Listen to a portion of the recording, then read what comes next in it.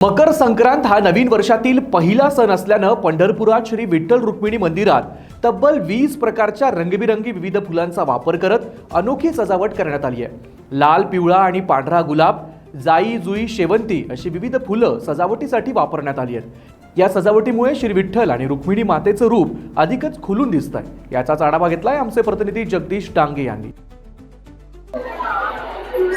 आज इंग्रजी नवीन वर्षातील पहिला सण मकर संक्रांतीनिमित्त पंढरपुरामध्ये खरं तर पहाटेपासून महिलांनी विठ्ठलाच्या दर्शनासाठी आणि वसण्यासाठी माता रुक्मिणीला वसवण्यासाठी सकाळपासून पहाटेपासून गर्दी केलेली आपण पाहू शकतो की पूर्ण विठ्ठलाचा गाभारा असेल, 16 कांबे असेल, 4 कांबे असेल, सगळीकडे महिलांची गर्दी आपल्याला दिसत आहे। त्याचबरोबर पुण्याचे विठ्ठल भक्त आहेत, त्यांनी आकर्षक 20 प्रकारच्या फुलांची सजावट केलेली आहे। या 20 प्रकारच्या फुलांच्या सजावटीमध्ये गुलाब, अष्टर, झेंडू, शेवंती असे काही विविध फुलांनी विठ्ठल मंदिर व विठ्ठल मंदिराचा गाभारा पूर्णपणे सजलेला दिसत आहे। आज खरं तर हलव्याचे दागिने घालून विठ्ठलाला सजवण्यात आलेलं आहे। विठ्ठलाचा हलव्याच्या दागिन्याचा पोशाख करण्यात आलेला आहे। रुक्मिणीला पारंपरिक दागिन्यांनी नटवलेला आहे।